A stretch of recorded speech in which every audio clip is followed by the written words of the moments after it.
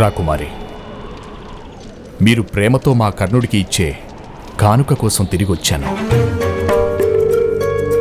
పిల్లలకు కానుకలంటే ప్రీతి కదా. మీరివ్వబోయే ఆ కానుక కర్ణుడికి ఎప్పటికీ ఒక జ్ఞాపికలా ఉంటుందని నా కోరిక.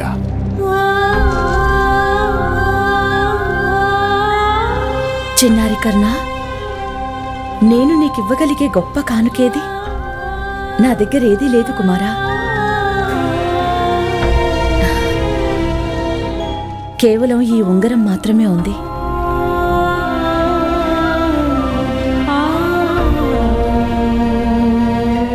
దీన్ని భద్రంగా దాచుకో.